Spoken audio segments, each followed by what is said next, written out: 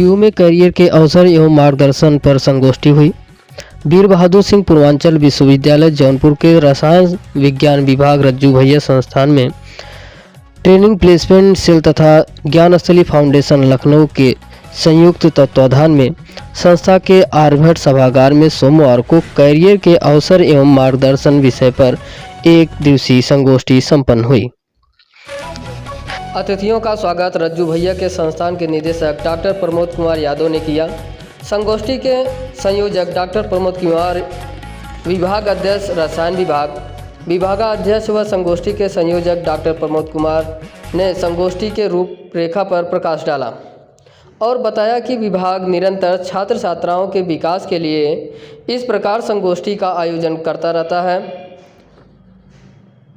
इस अवसर पर professor Devraj Singh, doctor Mithilesh Singh, doctor Dinesh Kumar Verma, doctor Mithilesh Yadav, doctor SP Tiwari, doctor Deepak Kumar Maurya, doctor Ashish Verma, doctor Puneet Kumar Dhawan, doctor Sujit Chaurasia, doctor Kajal, doctor Vijay Shankar Pandey तथा विश्वविद्यालय के अन्य शिक्षक एवं छात्र छात्राएं उपस्थित रहे। आपका क्या प्रकार था?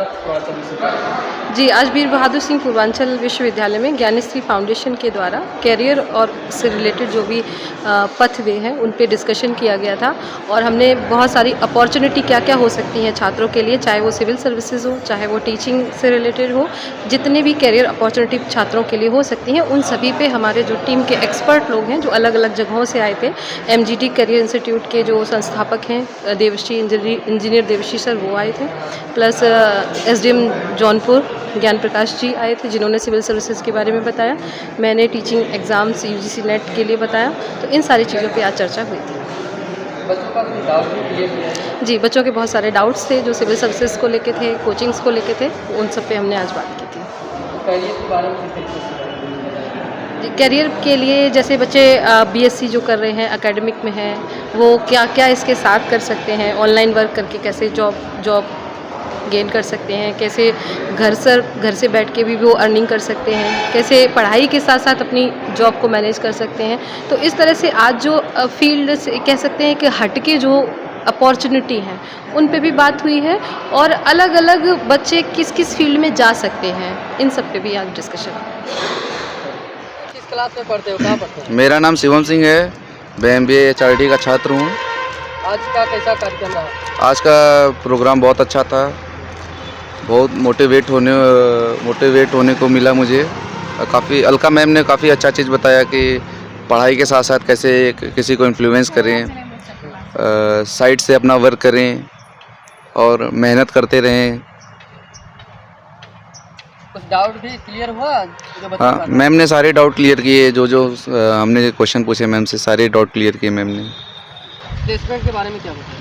प्लेसमेंट के बारे में ये बताया गया कि अपने आप को कैसे भी मतलब इंटरव्यूअर के सामने कैसे खड़े होना है, अपने आप को कैसे मोटिवेट करना है, किसी भी क्वेश्चन को कितने डिसिप्लिन से आंसर देना है, यही सारी चीज़ें सर ने बताए।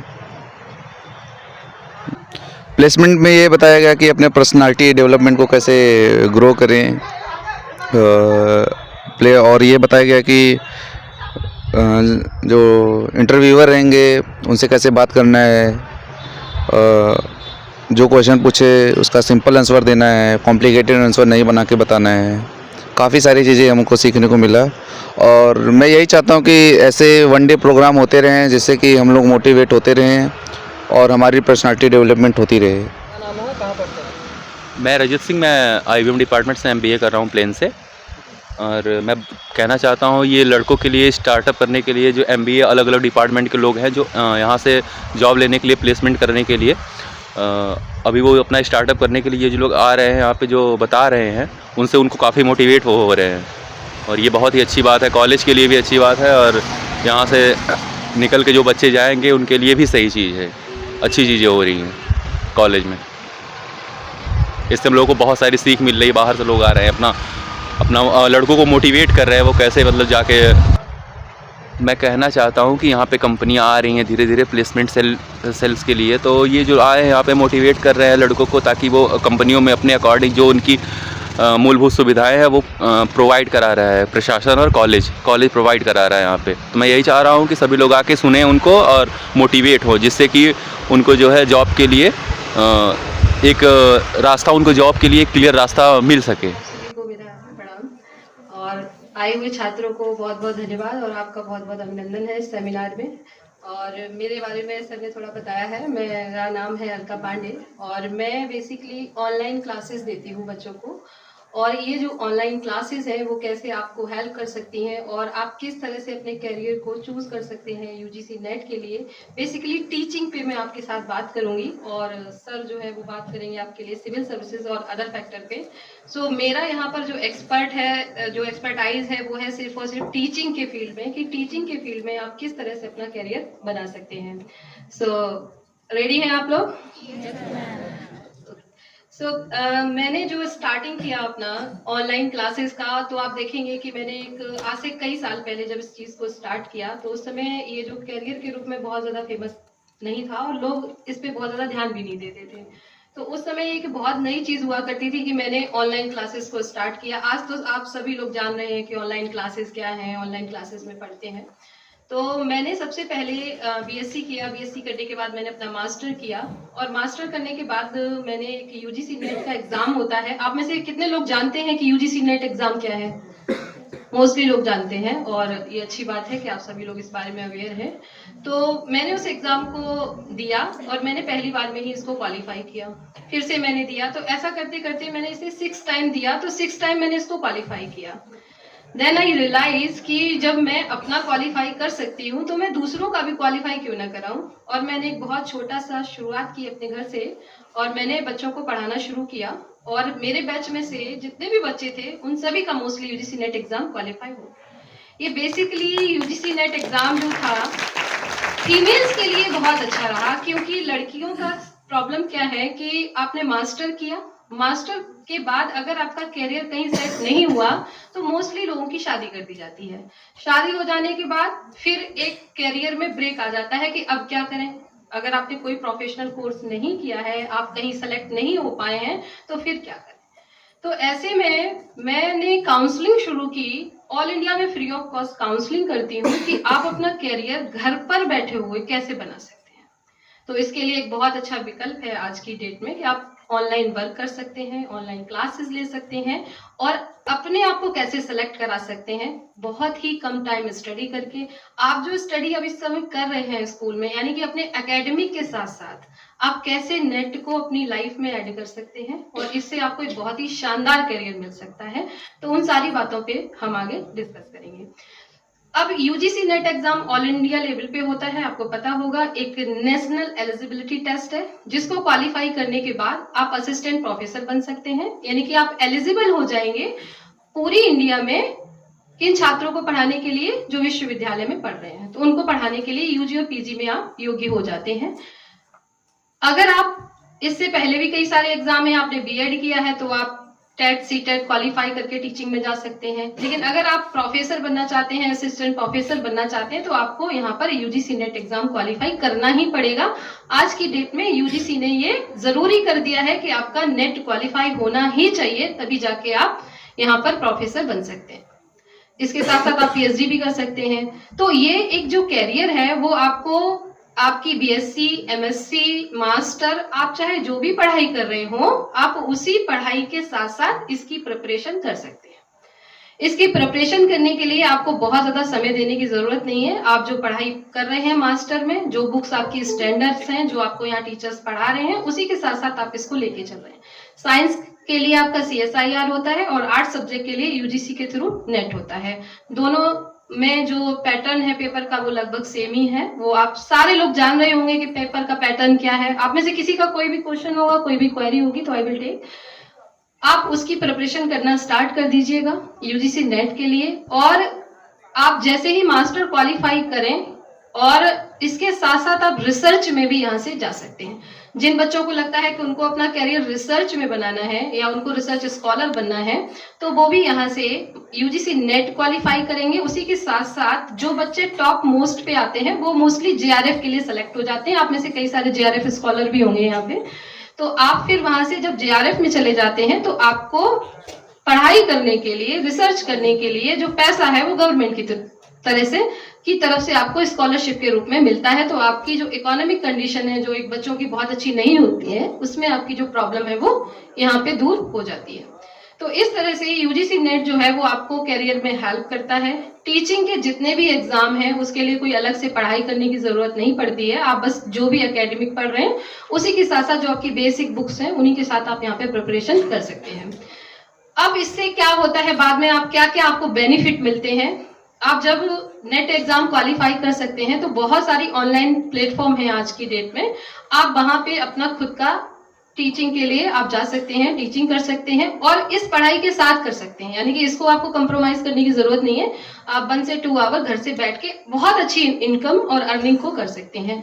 तो आप एक तो घर पर बैठ के पढ़ाई करके ही यूजीसी नेट एग्जाम को क्वालिफाई करेंगे, साथ साथ आप यहाँ पे प्रिपरेशन करेंगे कि आप रिसर्च और पीएचडी में भी चले जाएं। तो आपका जो एक एजुकेशन में एक प्रोफेसर बनने का जो कैरियर है वो इसको आप लेके चल सकते हैं। इसके अलावा भी बहुत सारे वनडे एग्जाम जो होते हैं उनको भी आप यहाँ पे इसके साथ साथ लेके चल सकते हैं।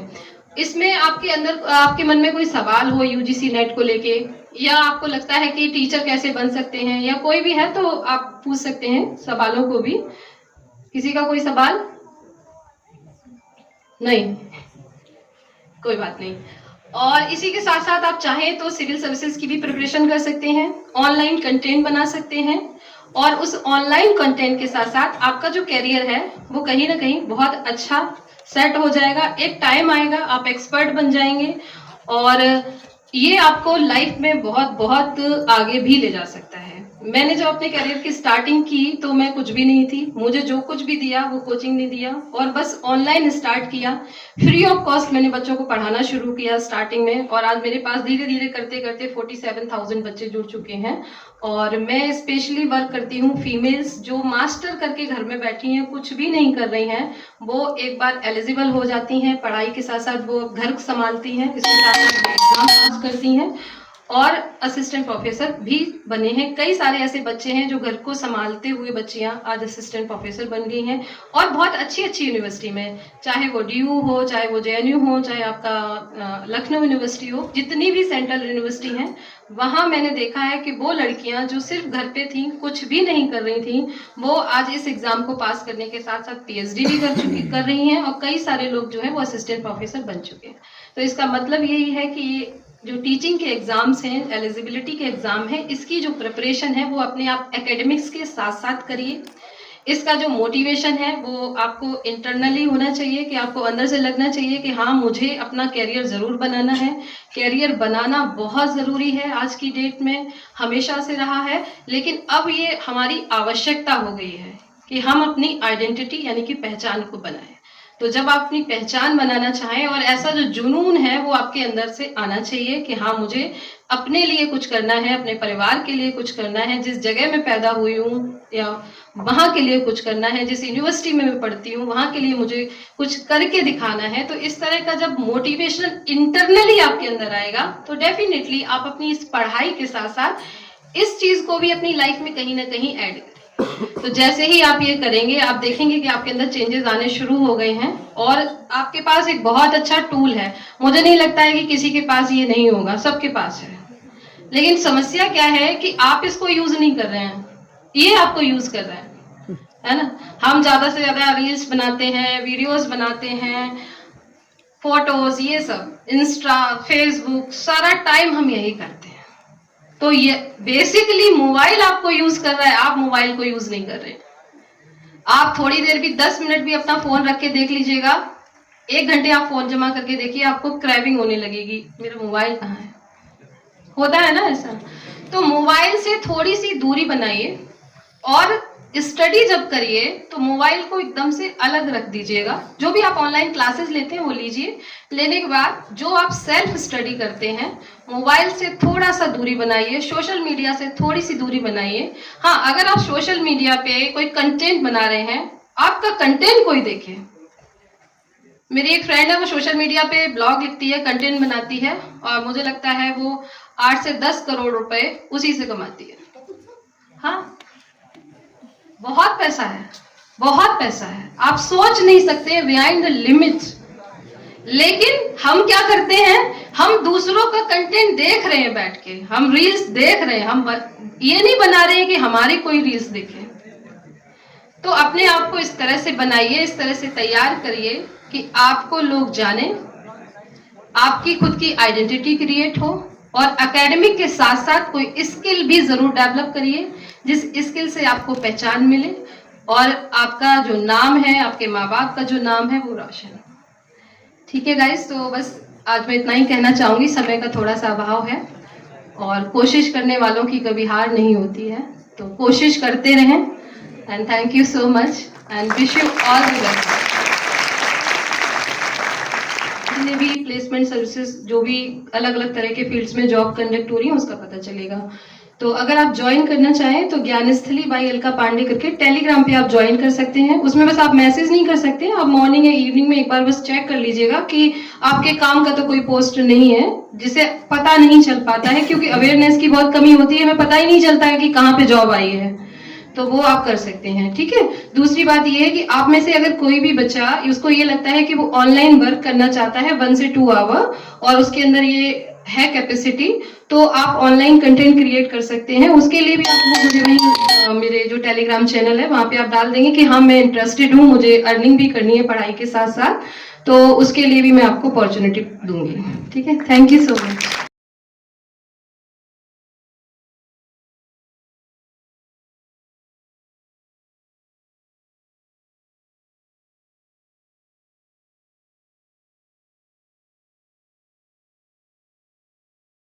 नमस्कार, मैं डॉक्टर ज्ञान प्रकाश सम्मानित मुख्य अतिथि जी का धन्यवाद ज्ञापित करते हुए और मेरे साथ आई हुई टीम का तहे दिल से शुक्रिया अदा करते हुए अपनी बात को प्रारंभ करता हूं। विश्वविद्यालय का इसलिए धन्यवाद कि उसने हमको यहाँ खड़े होकर एक ऐसा अवसर दिया है कि मैं इन बच्चों के सीने में ऐसी आग लगा सकूं कि अपने जीवन को बदल सकें। बदल सकते हैं ना? चलिए। और इसमें जो भी चलता है चलचित्र, वो दिमाग में ऐसे फिट हो जाता है कि जिंदगी बदल जाती है, क्योंकि मीडिया का, टीवी का, चलचित्र का, पिक्चर्स का, रील्स का हमारे ऊपर बहुत प्रभाव पड़ता है और हम अपने आप को उस जैसा बनाने की कोशिश करते हैं। तो वीडियो मैंने इसीलिए दिखाया था जिससे कि आपके मन में ऐसा समझ में आए कि यूपीएससी, पीएससी या सिविल सर्वेंट या SDM, district magistrate, district collector होता क्या है। देखा आपने जलवा? महसूस किया है सड़कों पे? कलेक्टर की गाड़ी चलती है, कलेक्टर की गाड़ी के पीछे जिस दिन ज्वाइनिंग होती है कम से कम 40 से 50 गाड़ियां चलती है। आनंद आता है, उधर से इधर आने में बड़ा अच्छा लगता है। तो यूपीएससी की प्रिपरेशन क्यों करनी चाहिए और यूपीएससी क्या चाहता है आपसे, ये 2 चीजें हैं। यूपीएससी एक ऐसा माध्यम है, स्टेट सिविल सर्विसेज ऐसा माध्यम है जो कि ऐसी छुपी हुई प्रतिभाओं को निकालता है और उन प्रतिभाओं के माध्यम से देश के सर्वांगीण विकास में उनका सहयोग प्राप्त करता है। यूपीएससी ऑल इंडिया सर्विसेज है, सारे देश को आईएएस के माध्यम से जोड़ा जाता है। जितनी भारत सरकार की योजनाएं हैं उनका क्रियान्वयन स्टेट लेवल पर आईएएस के माध्यम से कराया जाता है। क्लियर? बहुत महत्वपूर्ण ऑर्गेनाइजेशन है। Steel frame of India, steel frame of India भी इसको कहा जाता है, सिविल सर्विसेज को, ब्यूरोक्रेट्स को। क्या करते हैं क्या नहीं करते हैं समझिए। आपके जन्म से लेकर आपकी मृत्यु तक की जिम्मेदारी स्टेट सिविल सर्विसेज या ऑल इंडिया सर्विसेज आईएएस के पास होती है। जैसे ही आप जन्म लेते हैं, जन्म से लेकर विभिन्न प्रकार की योजनाएं, और जन्म से पहले भी मैं कहना चाहूंगा कि प्री नेटाल पीरियड जिसको बोलते हैं, गर्भावस्था से ही हम आपकी चिंताएं शुरू कर देते हैं। कैसे शुरू करते हैं बताइए? पीछे है किसी के पास जवाब? आई नहीं आवाज?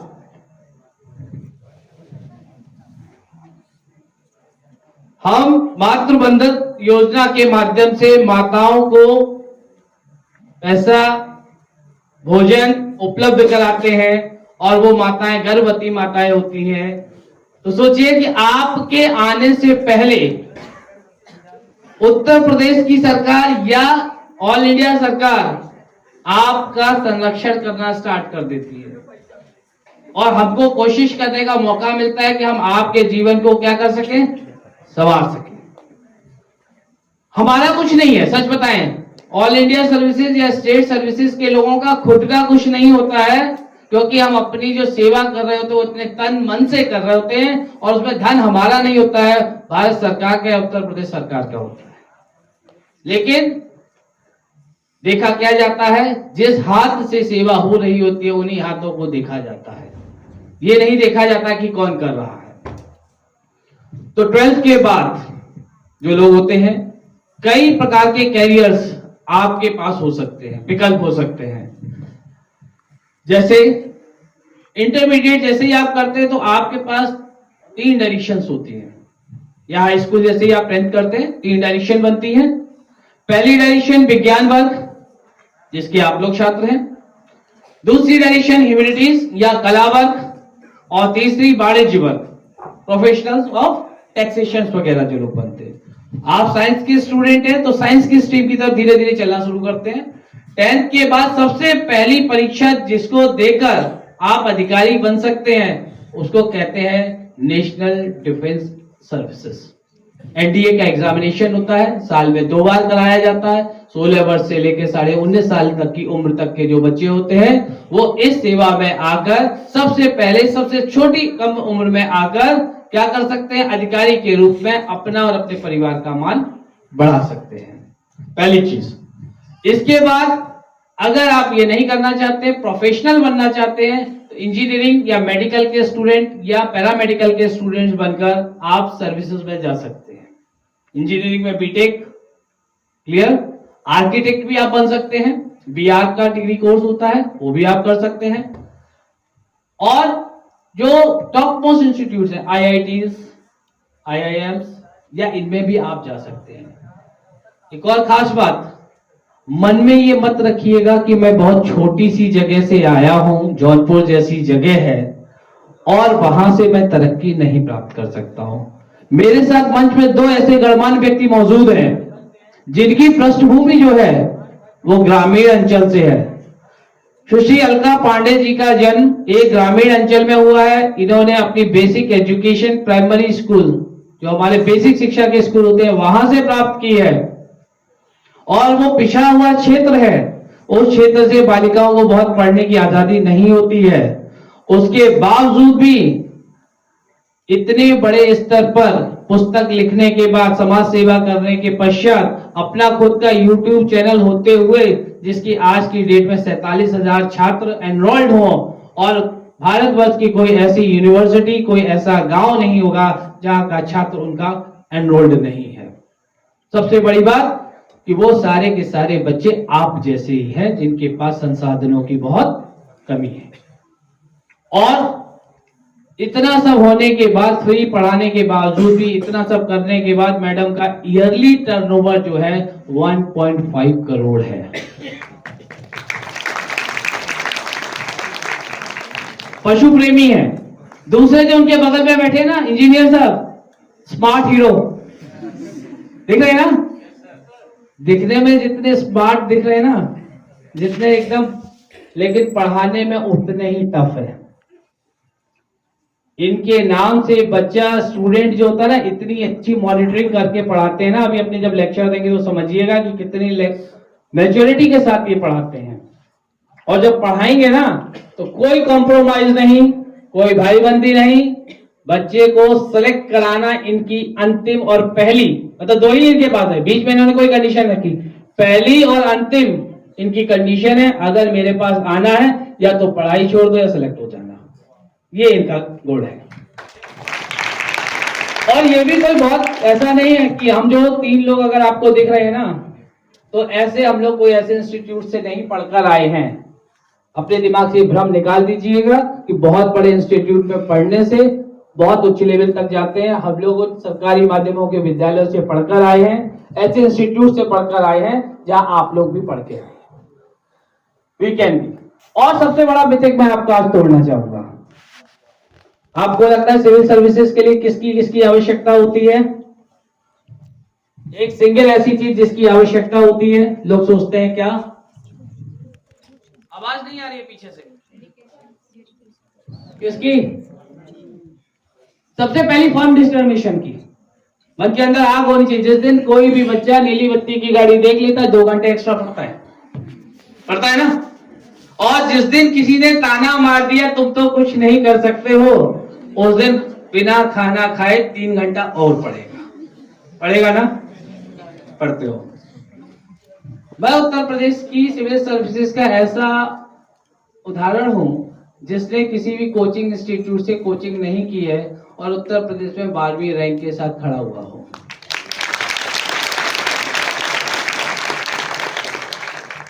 वो ताना वाली भी बात बता देता हूं। मैं यूजीसी के ऑफिस गया था, 2006 की बात है। मैं इसलिए संदेहास्पद चीजें कहना चाहता हूं जिससे आपको संदेश मिले। मैंने पढ़ाई की थी आगरा सेंट जोन्स कॉलेज से, आगरा यूनिवर्सिटी का कॉलेज है। मैं एमएड कर रहा था Noida college of physical education. Agra university किसी समय पे बड़ी बदनाम यूनिवर्सिटी हुआ करती थी। जब बीएड का 2005-6 में कोर्सेज लॉन्च हुए थे तो बहुत ज्यादा व्यापक स्तर पर गड़बड़ियां पैदा आई थी। तो जब मैं यूजीसी पहुंचा तो उन्होंने पूछा मुझसे आप कहां से पढ़ के आए हो, तो मैंने उनको बताया कि मैंने सेंट जोन्स कॉलेज से पढ़ाई की आगरा से, अब मैं एमएड कर रहा हूँ नोएडा कॉलेज से। तो वो बोलते हैं बहुत नोटेरियस कॉलेज है, ऐसे नोटेरियस जगह है। मैं उनसे सिर्फ इतना पूछना गया था कि ये वाली डिग्री वैलिड है या नहीं है। तो उन्होंने कहा कि आप ऐसे नोटेरियस जगह से पढ़े हैं, आप वापस चले जाओ अपनी जगह पर, आपके लेवल की ये सब पढ़ाई नहीं है। तो मैं उसी यूजीसी का एक आइकन हूं। मैं 8 सब्जेक्ट से पोस्ट ग्रेजुएट हूं, 3 यूनिवर्सिटीज का गोल्ड मेडलिस्ट हूं और 6 सब्जेक्ट में नेट या जीआरएफ हूं। लगातार 3 बार जीआरएफ निकालने का मेरे पास सर्टिफिकेट है एक तरीके से, और वो भी अलग अलग सब्जेक्ट्स में। तो छोटी जगह से आना, छोटे स्कूलों से पढ़ना कोई गुनाह नहीं है। जहां मैंने जन्म लिया है वो मेरी जन्मभूमि बहुत अच्छी है, उसको मेरा वंदन रहता है और उसी जन्मभूमि का मैंने नाम ऊंचा किया है। ऐसा ही आपके साथ होना चाहिए, होगा ना? आवाज बहुत कम आई है और कम है, और एक बार अपने लिए तालियां बजा लीजिए, क्योंकि दूसरा प्रशंसा करे इससे अच्छा है कि मैं अपनी प्रशंसा स्वयं करूं। और जब आप अपने आप से प्यार करने लगते हैं, प्यार जब आप किसी को करते हैं ना तो उसका केयर करते हैं, तो दूसरे को प्यार करें, उसका केयर करें। इससे अच्छा है कि खुद को प्यार करिए, खुद का केयर करिए और खुद को एस्टेब्लिश करिए, तो ऑटोमेटिकली कोई दूसरा आपको प्यार करेगा। वो प्यार क्या होगा? वो सम्मान होगा, धोखा नहीं होगा। तो ऐसा प्यार किसके साथ करना चाहिए? सबसे बड़ी खुद के साथ, और खुद के साथ करते से पहले बुक्स के साथ। किसके साथ प्यार करना है? बुक्स के साथ प्यार। खुद को प्यार करोगे तो सेल्फिश कहलाओगे। दुनिया में अगर कोई चीज सेल्फिश कहने लगता है तो दिक्कत होती है ना। तो हमने बुक से प्यार कर लिया, वो हमारा इंपॉर्टेंट चीज, हम आगे बढ़ गए। और वो बुक्स के साथ जब आप दोस्ती कर लेते हैं तो वो ऐसी दोस्ती है जो कहीं लिखा पढ़ी में नहीं है, कहीं रिकॉर्ड में नहीं है, लेकिन वो सबसे सच्चा दोस्त होता है। जब आप अकेलापन महसूस करते हैं, आगे बढ़ना चाहते हैं, तो वही पुस्तक आपको ऐसी शिखर पर पहुंचा देती है जहां पहुंचकर, जैसे मैं खड़ा हूं, सर लोग आपके बैठे हैं, ऐसी जगह पहुंचकर सम्मान वाली जगह पर आप पहुंचते हैं। यूपीएससी बहुत सारे लोगों की इच्छा होगी जानने की क्या होता है। यूपीएससी ऑल इंडिया लेवल पर 17 ऐसी सर्विसेज है जिनके लिए कंबाइंड रूप से एग्जामिनेशन कंडक्ट कराता है, जो कि 3 स्टेजेस पे होता है। पहली स्टेज प्रीलिम्स, सेकंड मेंस और third personality test, that means interview test. पहले वाले में क्या होता है? 2 पेपर होते हैं, सीसेट का पेपर होता है, जीएस का पेपर होता है। सीसेट क्या है? पासिंग मार्क है और उससे मेरिट बनती है। यूपीएससी नहीं चाहती है, स्पष्ट सी बात है, बिल्कुल दिमाग में बैठा लीजिए कि मुझे कोई एक्सपर्ट आदमी नहीं चाहिए। दैट मीन्स किताबों का कीड़ा नहीं चाहिए, एक सब्जेक्ट का माहिर आदमी नहीं चाहिए। जैसे हम ही लोग हैं यहाँ खड़े हुए हैं, हो सकता है कि हमारे साथ के कई सारे ऐसे लोग हैं जो 50%, 75%, 60% लेकर आए हो और इस सर्विसेज में आ गए हो, तो वो ये नहीं डिमांड करती है कि आप बहुत ज्यादा ब्रेन्ड हो, बहुत ज्यादा आपको बुक्स की नॉलेज हो, लेकिन वो चाहती है एक परफेक्ट आदमी।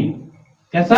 परफेक्ट और बैलेंस्ड आदमी। जैसे अगर मैं इलेक्शन कंडक्ट कराता हूं, उसकी भूमिका अलग है, कहीं छापेमारी करनी होती है, उसकी भूमिका अलग है, कहीं मुझे लेक्चर देना है, उसकी भूमिका अलग है, मोटिवेट करना है, उसकी भूमिका अलग है।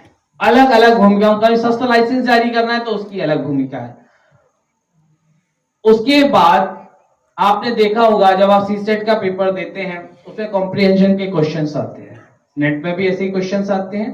कॉम्प्रिहेंशन के क्वेश्चंस क्यों पूछे जाते हैं, रीजनिंग क्यों होती है, मेंटल एबिलिटी के क्वेश्चंस क्यों होते हैं, मैथमेटिक्स क्यों पूछा जाता है? बहुत सारे लोगों को लगता है कि आईएएस की नौकरी जो है ना, या एसडीएम की नौकरी जो है वो सिर्फ सैल्यूट लेने के लिए होती है, क्योंकि बहुत सारे लोग सैल्यूट करते हैं, नमस्ते करते हैं, प्रणाम करते हैं, ऐसा आपको मानना है, लेकिन ऐसा नहीं है। कॉम्प्रिहेंशन हमको इसलिए पढ़ने के लिए कहा जाता है, हमारे पास बहुत मोटी मोटी फाइलें आया करती हैं, उनका हमको जिस तैयार करके जब हम रेवेन्यू के लॉ तो बात करते हैं, उनके केसेस को डिसाइड करते हैं, तो हम 1 से 2 पेज में उनका सॉल्यूशन दिया करते हैं। तो कॉम्प्रिहेंशन इसलिए पढ़ाया जाता है, इसीलिए किसी ना किसी एग्जाम में आता है कि आप अपनी बात को संक्षिप्त रूप में किस प्रकार कह सकते हैं, इसके लिए कॉम्प्रिहेंशन। मैथमेटिक्स रोज आपको, सपोज आप यदि हम मैथमेटिक्स में बहुत कमजोर हैं, जैसे आर्ट्स के स्टूडेंट बहुत कहते हैं हमको मैथ्स नहीं आता है, लेकिन अगर आपको मैथ्स नहीं आएगा, जब मेरे पास बुकलेट्स आती हैं बहुत सारी, तो उसमें पाई चार्ट के बेसिस पे, ग्राफ के मेथड से या बार डायग्राम के मेथड से चीजें प्रेजेंट की जाती हैं, और मुझे वही आपको कम्युनिकेट करनी है। अगर मैंने कह दिया मुझे नहीं आता, दिक्कत, तो हमको हर चीज आनी चाहिए। ABC तक अगर आपको आता है तो Z तक पहुंचने में आपको कोई रोक नहीं सकता है। क्लियर? तो यूपीएससी की जब आप तैयारी करते हैं तो कौन कौन सी चीजें पढ़नी चाहिए? सबसे पहली चीज, बुक्स में अगर आप बात करते हैं तो स्टैंडर्ड बुक पढ़ लीजिए 1 या 2, नॉट मोर देन दैट, ज्यादा पढ़ने की आवश्यकता नहीं है। लेकिन जो भी बुक पढ़े फंडामेंटल बुक होनी चाहिए, न्यूज़पेपर पढ़ना चाहिए और एनसीईआरटी की बुक्स पढ़नी चाहिए। क्लियर? ये 3 चीजें। न्यूज़पेपर भी ऐसा, कौन कौन से पेजेस पढ़े जाते हैं न्यूज़पेपर के, वो भी मैं आपको बता देता हूं, और कैसे पढ़ना चाहिए। अपने हाथ में एक हाइलाइटर या पेंसिल या पेन रखना चाहिए, और साइड में पेपर भी रखना चाहिए। फायदा क्या है इन 3 चीजों का? जब आप पढ़ते हैं न्यूज़पेपर, तो उस न्यूज़पेपर जो भी आपको समझ में नहीं आया, टफ वर्ड मिला, उसको आपको हाईलाइट कर लेना और अपनी कॉपी में लिख लेना और उसको ढूंढ लेना है। क्लियर? उसका फायदा, वोकैबुलरी बढ़ती है, आपके पास शब्दों के संचयन की जगह बढ़ती है, जिनका कि आप प्रयोग किसमें कर सकते हैं, जब अपनी आम बोलचाल की भाषा में बात करेंगे या कुछ लिख रहे होंगे। पहला पेज पढ़ना चाहिए, फ्रंट पेज। क्लियर? उसके बाद उसके जस्ट बैक में अगर लोकल न्यूज नहीं है, नेशनल न्यूज है, तो उसको पढ़ लेना चाहिए। इसके बाद संपादकीय पृष्ठ या एडिटोरियल पेज पढ़ना चाहिए। एडिटोरियल पेज की महत्वपूर्णता क्या है? एडिटोरियल पेज इसलिए पढ़ा जाता है कि योजनाओं के संबंधित में या किसी विशेष टॉपिक के प्रति क्या मंशा होती है, क्या उसका बैकग्राउंड होता है, ये एडिटोरियल पेज पर दिया जाता है। इसके बाद आप इकोनॉमिक सेक्शन के पेज पे आ जाइए, जहां कारोबार संबंधी, बिजनेस संबंधी नॉलेज दी जाती है। सपोज आप पढ़ते होंगे आरबीआई का रेपो रेट ये हो गया है, रिवर्स रेपो रेट ये है ना, या हमारे यहाँ जो बिल पेश किया गया, फाइनेंस बिल पेश किया जाता है, तो उसके संबंधित बहुत सारी बातें लिखी जाती हैं। इसके बाद सबसे लास्ट वाला पेज, इतने ही पेज, और खेल पेज, इतने ही पेज न्यूज़पेपर में पढ़ने योग्य है। लेकिन देखिए, योग्य में मैंने कहा है, लेकिन इसका मतलब ये योग्य किसके लिए? As student. बाकी सारे पेजेस इंपॉर्टेंट हैं, हर एक बच्चे के लिए हर पेज की महत्ता है। अगर किसी पेज पर एडवर्टाइजमेंट दिए हैं तो वो आपके लिए हो सकता है कि इंपॉर्टेंट ना हो एज अ स्टूडेंट, लेकिन जो एडवर्टाइजिंग एजेंसी का स्टूडेंट है उसके लिए इंपॉर्टेंट है, प्रेजेंटेशन सीखता है। क्लियर? सेकेंड स्टेज और फर्स्ट स्टेज पास करके आते हैं तो सेकेंड स्टेज में क्या होता है, अब यूपीएससी ने अपने पैटर्न को चेंज किया है। उस पैटर्न में उसने 4 पेपर्स जो है जीएस के कर दिए हैं, जिसमें अलग अलग आपके पास रहता है। अगर आप चाहोगे तो पीपीटीज में है तो आप देख सकते हैं। तो उसकी प्रिपरेशन के लिए basic fundamental book see up to 10+2 आपको बहुत अच्छे से पढ़ी हुई होनी चाहिए। ऐसे का पेपर होता है, लैंग्वेज का पेपर होता है, कुल मिला के 9 पेपर होंगे। कुछ क्वालिफाइंग पेपर्स होते हैं जिसमें सिर्फ पास होना जरूरी है, कुछ ऐसे हैं जिनसे कि मेरिट बना करती है। इसके बाद भी अभी आप बीच जगह पर पहुंचे, लगभग कहां पहुंचने वाले हैं, किनारे की तरफ पहुंचने वाले हैं। लेकिन तीसरी स्टेज पर पहुंचने से पहले आपसे आपके अंदर ज्ञान मैंने चेक कर लिया पीटी में, मेंस में। अब मैं चाहता हूं कि जब आप बीच भंवर में खड़े हुए हैं तो क्या आप में वो गुण हैं जो सिविल सर्वेंट में मांगे जाते हैं? ऐसे गुण जिनको की officer like quality, administrative qualities कहा जाता है, उनकी गणना, उनकी पहचान कहाँ की जाती है? बोर्ड रूम में की जाती है। जहां इंटरव्यू बोर्ड होता है वहां उसको पहचानने की कोशिश करते हैं। सबसे बड़ी चीज है कि सिविल सर्वेंट को बहुत ज्यादा धैर्यशील होना पड़ता है, गुस्सा नहीं होना पड़ता। बहुत जल्दी जरा सी बात पे अगर आप चिल्लाने लगे, गुस्सा करने लगेंगे तो that is a bad indication of a good administrator.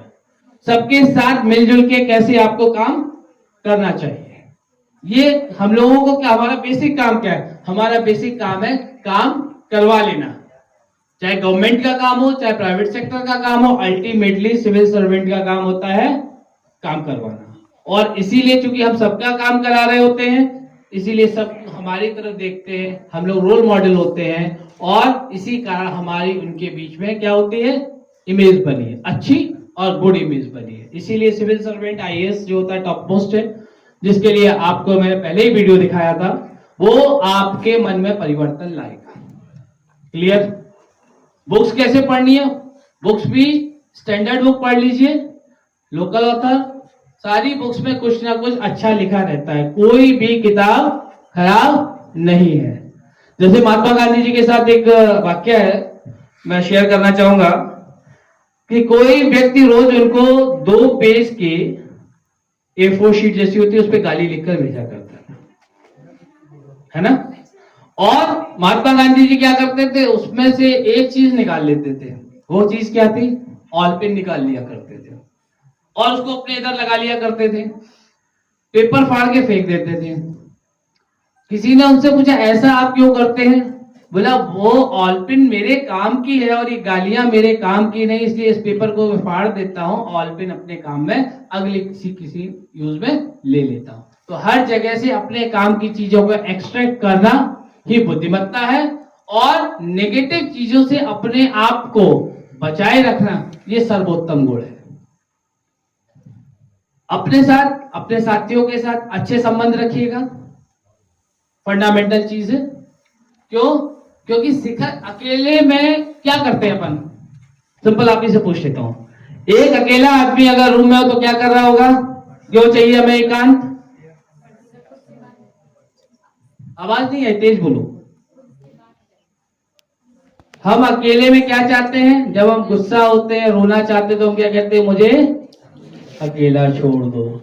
और जब पार्टी करनी होती तो सबको न्यूज देते हैं। क्लियर? तो अपने दोस्त बनाइए, ऐसे दोस्त बनाइए जो आपके मददगार हो, आपको आगे बढ़ने में मदद करें। क्लियर? बिल्कुल क्लियर होना चाहिए लाइफ में। मैडम ने बताया था ना कि एक कोई ना कोई लाइफ में हॉबी जरूर बनाइए।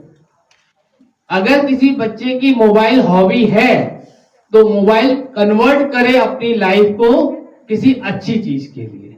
मोबाइल देखना बुरा नहीं है, मोबाइल का प्रयोग करना बुरा नहीं है, लेकिन मोबाइल को अपना कैरियर बनाना ही तब तो अच्छा है। अदरवाइज आपने टाइम वेस्ट किया, क्योंकि ये जो ऐसी चीजें हैं, एक और बात बहुत इंपॉर्टेंट है लाइफ में, nothing is free in this world. याद है ना? याद कर लीजिए, कुछ भी चीज संसार में मुफ्त में नहीं मिलती है। जो भी मुफ्त मिल रहा है कोई ना कोई उसका पेमेंट कर रहा है। जो मोबाइल देखने के लिए आपको मिला हुआ है, फ्री में मिला हुआ है, लेकिन उसका पेमेंट आपको भुगतना पड़ रहा है समय के साथ, अपनी एनर्जी का लॉस, ये आपके साथ। तो nothing is free in this world. Clear? सारे साइंस के स्टूडेंट हैं? एक एग्जाम हम लोग बहुत सारा देते, मैं भी देता था, CSIR नेट का। पैटर्न क्या है? एक ही पेपर होता है आजकल, जिसमें कि 30 क्वेश्चंस रहते हैं और प्लस 70 क्वेश्चंस। यही पैटर्न है मुझे लगता है। जो हम दे रहे थे तब भी यही था। हमारे समय में 2 शिफ्ट में पेपर होता था। फर्स्ट पेपर ऑब्जेक्टिव रहता था, सेकंड पेपर रिटन भी आता था। उसके बाद दूसरा टेन्योर भी मैंने देखा कि जिसमें कि दोनों तरीके का पेपर आता था। मैं फिजिक्स से MSc था, गोल्ड मेडलिस्ट हूँ आगरा यूनिवर्सिटी से, 2001 बैच। 22 साल की मैं नौकरी कर चुका हूं। क्लियर? पता नहीं चलता है ना? 22 इयर्स मेरी जॉब के कंप्लीट हो चुके हैं और मैंने इतनी नौकरी की है जितनी की लोग सोच नहीं सकते हैं। लगभग मैंने 15 जगह नौकरी छोड़ी है, 15 जगह नई नौकरी पाई है। मैंने फाइनेंस में काम किया है, बैंकिंग सेक्टर में काम किया है, ट्रेनिंग कराई है बच्चों की, है ना। बीएड के स्टूडेंट्स को ट्रेनिंग कराता था, इंटरमीडिएट के बच्चों को IIT और मेडिकल में सेलेक्ट कराता था कोचिंग इंस्टीट्यूट के माध्यम से और कॉलेज के माध्यम से। एक साथ मेरा यूनिवर्सिटी में 3-3 जगह अपॉइंटमेंट होता था। वो अपनी अपनी काबिलियत है, आप भी प्राप्त कर सकते। तो वो जो नेट का हम क्यों देते थे, नेट 2-4 होता सी ऐसा नेट जो है, उसके साथ JRF भी जुड़ा हुआ है। JRF के बाद आप SRF भी प्राप्त करते हैं। और इसको करने का फायदा क्या होता है? नेट अगर आप खाली हैं तो आप क्या कर सकते हैं? कॉलेज में लेक्चरर बन सकते हैं, यूनिवर्सिटी में असिस्टेंट प्रोफेसर बन सकते हैं, डिग्री कॉलेजेस में। क्लियर? साइंस के सब्जेक्ट में। और अगर JRF है तो आप रिसर्च कर सकते हैं। नेट वाला भी रिसर्च कर सकता है, लेकिन खासियत इतनी है कि उसका भरण पोषण की जिम्मेदारी CSIR की है। वो उसका पैसा उनको दिया करते हैं। आप साइंटिस्ट भी बन सकते हैं। कितना मान बढ़ा था जब चंद्रयान गया, देखा ना? कितनी बेटियां लोग थी उसमें जिनका की नाम था। जो लोग बैक एंड पे काम कर रहे थे, कंप्यूटर के इंजीनियर होके काम कर सकते हैं, है ना। काम कोई भी छोटा या बड़ा नहीं होता, काम करने का हौसला बड़ा बनाता है। जब आप नेशनल फिजिक्स लेबोरेटरी है, गांधीनगर में प्लाज्मा इंस्टीट्यूट है, PRI प्लाज्मा रिसर्च इंस्टीट्यूट है, ISSS है कोलकाता में, तो ऐसे इंस्टीट्यूट है, भाभा रिसर्च इंस्टीट्यूट है। और आजकल की डेट में आपको शायद ये जानकारी नहीं होगी कि IIT भी अपने यहाँ JAM के माध्यम से MSc और PhD कराता है। IIT का ठप्पा लगना बड़ी बात है, लेकिन आप जिस प्रांगण में आज बैठ के पढ़ रहे हैं, इसकी परिकल्पना जब की गई थी तो सोचा नहीं गया था कि ये पूर्वांचल विश्वविद्यालय बन सकता है। जैसा मैं इस क्षेत्र में जो कि काम कर रहा हूं, तो लोगों ने बताया बगल में BHU है, दूसरी साइड इलाहाबाद यूनिवर्सिटी है। तो इतनी जल्दी इतनी बीच मिड पॉइंट पर यूनिवर्सिटीज नहीं बनती है। लोगों के स्ट्रगल ने आपको एक मौका दिया कि आपका अपना खुद का विश्वविद्यालय है, और उसमें भी सबसे अच्छा प्रेरणा स्रोत जो है साइंस के ही आदमी के कैंपस में आप बैठे हुए, रज्जू भैया जी के कैंपस में आप हैं, जिनका कि अपना दबदबा है साइंस के क्षेत्र में। ऐसे विभूति को आप हमेशा नमन करते रहे। मैं बहुत ज्यादा समय नहीं लूंगा। अगर चूंकि अब हम 3rd राउंड में जब आएंगे, मेरे बाद देवश्री जी बात करेंगे। अगर आपका कोई क्वेश्चन होगा तो हम उस सेशन में लेंगे, ठीक है? Thank you.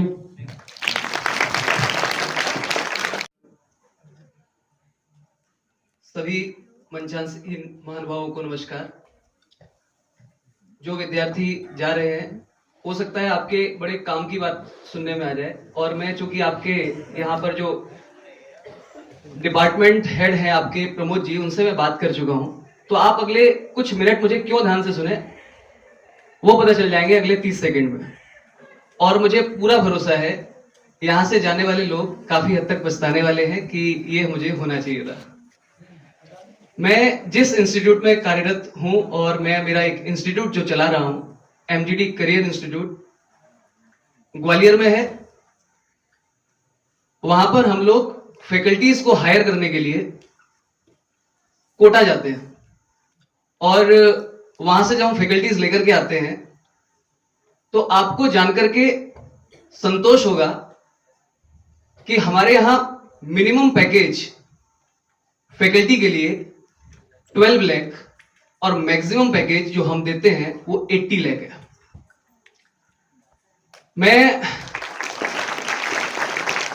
मैं आपको ये बता सकता हूं, मैं अभी सर से बात कर रहा था तो मैंने सर से आग्रह किया कि आपके जो विद्यार्थी हैं, चूंकि ये साइंस के विद्यार्थी हैं, इनका सब्जेक्ट केमिस्ट्री है, बायोलॉजी है, मैं एक बार जानना भी चाहूंगा आप में से कितने लोग ऐसे हैं जो केमिस्ट्री सब्जेक्ट से हैं, बायोलॉजी, मैथ्स, ओके, कोई बीटेक वाला भी है क्या? ओके, पीछे, बिल्कुल ठीक, आप बिल्कुल सही जगह बैठे हैं। बिल्कुल ठीक बात है। तो मैंने सर से आग्रह किया है, बहुत जल्दी मैं सारी फॉर्मेलिटीज करके प्रयास करूंगा कि आपका इंटरव्यू हम लोग ले सके, क्योंकि हमारे यहां जो जूनियर फैकल्टीज हैं उनके लिए पैकेज रहता है मिनिमम 5 लाख का और मैक्सिमम 18 लाख का। मैं बात इसलिए कर रहा हूं क्योंकि कई बार पैसे से कनेक्ट होकर के आप बात को गंभीरता से सुनते हैं, इसलिए मुझे लगा कि ये बात मुझे आपके सामने पहले रख देनी चाहिए। मैंने यह भी पूछ लिया सर से कि बीएससी के बाद में, पोस्ट ग्रेजुएशन के बाद में आप लोगों का पैकेज यहां पर क्या रहता है। तो मुझे भरोसा है कि आपने जब सुना होगा तो आप एक अपॉर्चुनिटी की तरह इसको जरूर देखेंगे और हम पूरा मौका आपको देंगे। लेकिन बहुत एक रोचक बात मैं आपको बताना शुरू करूं उससे पहले मैं धन्यवाद देना चाहूंगा डॉक्टर साहब का, डॉक्टर ज्ञान सर का, जिन्होंने मुझे ग्वालियर से यहां पर बुलाया और एक अवसर प्रदान किया कि मैं आप सभी के सामने उपस्थित होकर के अपने विचार व्यक्त कर सकूं। क्योंकि मेरे कई विद्यार्थी, अभी रिसेंटली ज्ञान सर को भी मैं नहीं बता पाया, सर मेरा एक विद्यार्थी अजहर अहमद आईएएस में, जिसकी कि आपने चर्चा भी की थी, 9th रैंक लेकर के आया last to last year sir. तो ये अपने आप में बहुत बड़ा अचीवमेंट है। बच्चों, एक्चुअली मैं बहुत ही निम्न आर्थिक परिवार से आता हूं और इनफैक्ट जितने भी लोग यहां पर बैठे हैं सभी की स्थिति ऐसी है। जब हम वहां से निकले थे तो किसी ने नहीं सोचा था कि मैं ऐसा कुछ करूंगा और आज मुझे बहुत अच्छा लगता है। कल ही शाम के समय जब मैं डॉक्टर साहब के साथ था, कल शाम के समय मैं 15 आईआईटीएंस का इंटरव्यू ले रहा था आईआईटी रोपर से। वो केवल फैकल्टीज के लिए इंटरव्यू दे रहे थे हमारे यहाँ और वो हमारे यहाँ आना चाहते हैं। लेकिन हमने जब वहां पर इंटरव्यू लेकर के देखा तो देखा कि उनमें योग्यता का बहुत अभाव है, क्योंकि वो लोग ऐसे लोग हैं जिन्होंने कभी यह डिसाइड नहीं किया कि हमें जाना किस तरफ है, जैसे कि आप लोग डिसाइड कर चुके हैं। आप लोगों ने डिसाइड इसलिए किया क्योंकि आपको रिसर्च के फील्ड में जाना है या टीचिंग के फील्ड में जाना है। आप बहुत हद तक करियर ओरिएंटेड है, लेकिन यह भी सत्य है कि इंजीनियरिंग की चकाचौंध में अक्सर बीएससी वाले लोग कहां गुम हो जाते हैं पता नहीं चलता। मार्केट भी हमें गंभीरता से लेता नहीं है। लेकिन मैं आपको ये दावे के साथ बोल सकता हूं, जो समर्पण का भाव एक अध्यापक में बीएससी करने के बाद आता है, मैंने देखा है वो अच्छे इंजीनियरिंग कॉलेज से पढ़े हुए विद्यार्थी के मन में नहीं आ पाता। उसके कारण यह है क्योंकि वो सोच करके आए थे कि एमएनसी में काम करना है, उन्होंने सोचा चलो ये कर लेंगे वो कर लेंगे, जब कुछ नहीं हुआ तब सोचा उन्होंने जो शिक्षक बन जाते हैं। लेकिन आप में से ज्यादातर लोग वो बैठे होंगे जो कहीं ना कहीं शिक्षक बनना चाहते थे और बन करके रहेंगे। मैं आपको बस ये बताना चाहता हूं, जब मेरे जैसा व्यक्ति वहां से उठ करके और इस स्थिति में आ सकता है कि वो अपने अंडर में आईआईटीएंस और एनआईटीएंस को जॉब देकर के बैठा सके, जब मैं कर सकता हूं तो फिर कोई भी कर सकता है। मुझे लगता है आप कर सकते हैं। इस सेशन के माध्यम से मैं आज आपको ग्वालियर से बस यही बताने आया हूं, आप ये मान के चलिए कि आप ठान लीजिए तो कुछ भी मुश्किल नहीं है। बस कुछ बातों का विशेष ध्यान रखिए। अच्छा, मैं एक प्रश्न पूछ ही लेता हूं, मन में आ रहा था बहुत देर से। आप में से कितने लोग ऐसे हैं जो टीचर्स बनना चाहते हैं? हाथ उठाइए जरा एक बार, मैं जानना चाहता हूं। जो अध्यापक बनना चाहते हैं, जो रिसर्च में जाना चाहते हैं, ऐसे लोग जो रिसर्च में जाकर के टीचिंग करना चाहते हैं। मतलब मैं समझ सकता हूं 50% क्राउड ऐसा है जो टीचर बनना चाहता है और मैं बिल्कुल सही क्राउड के सामने बात कर रहा हूं। और मैं आपको एक और बात बताता हूं, जब मैंने इस प्रोफेशन को चुना था तो मेरे माताजी, मेरे पिताजी हमेशा चाहते थे कि बैंक में क्लर्क बन जाओ, लेकिन पढ़ाओ मत यार। बोलेंगे कैसे कि तुम ट्यूशन पढ़ाते हो। उन्होंने काफी समय तक तो लोगों को बताना ये पसंद ही नहीं किया कि मैं टीचिंग करता हूं। मैं बस आपको ये बता रहा हूं कि ये एक बहुत ही घृणित प्रोफेशन की तरह काउंट होता था कि अगर पढ़ाना है तो कॉलेज में पढ़ा लो फिर भी ठीक है, लेकिन आप प्राइवेट इंस्टीट्यूट चलाना ये संभव नहीं था। लेकिन मैं आपको बता सकता हूं, इसे आप एज अ प्रोफेशन देखें, इसमें बहुत स्कोप है। और सत्य बात यह है कि समाज की जरूरत है अच्छे लोगों का अध्यापक में बनना, यह समाज की डिमांड भी है। क्योंकि वर्तमान समय में जहां से मैं देख रहा हूं, मैक्सिमम वो विद्यार्थी टीचिंग की तरफ आगे बढ़ते हैं जो करियर में कहीं कुछ पहुंच नहीं पाते हैं, फिर सोचते हैं लास्ट मोमेंट पे चलिए टीचिंग कर लेते हैं। मुझे लगता है आप सभी लोगों को एक बार मन में सोचना चाहिए कि टीचिंग एक शानदार प्रोफेशन है, एक ऐसा प्रोफेशन है। देखो, आप एक बात याद रखो, जो काम डॉक्टर भी नहीं कर सकता ना, वो टीचर करता है। डॉक्टर एक दूसरा डॉक्टर प्रोड्यूस नहीं कर सकता, हम टीचर्स दूसरे डॉक्टर्स क्या कई सारे डॉक्टर्स प्रोड्यूस कर सकते हैं। ये एक बल्ब, एक ट्यूबलाइट ऐसी नहीं है जिसको छुला करके दूसरी जलाई जा सके। मैं मानता हूं यहां पर बैठे हुए सभी अध्यापक उस दिए की तरह हैं जो एक दिए से छुआ करके आप दूसरा दिया जला सकते हैं। ये ताकत केवल अध्यापकों के पास है। मुझे लगता है आपको टीचिंग एज अ प्रोफेशन चुनना चाहिए।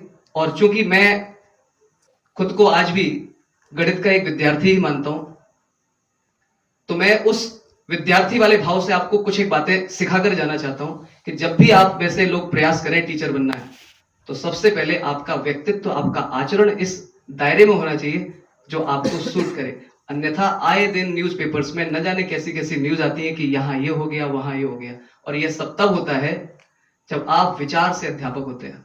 जब आप मान लें कि आप कितना नोबल कार्य कर रहे हैं, मतलब ये कि आपने, मैं दूरदर्शन पर मेरा इंटरव्यू हुआ था और बहुत पसंद किया गया था। और आप में से ज्यादातर लोग तो अभी मुझसे परिचित ऑब्वियसली नहीं होंगे, लेकिन ग्वालियर एक ऐसा क्षेत्र है जहां पर मेरा नाम ही काफी होता है मेरा परिचय देने के लिए। मैं एक लाइन बोला करता था कि मैं जब एक विद्यार्थी को पढ़ा रहा होता हूं, तो मैं एक विद्यार्थी नहीं, मैं 3 जनरेशन को पढ़ा रहा होता हूं। तो लोगों ने पूछा भाई कैसे?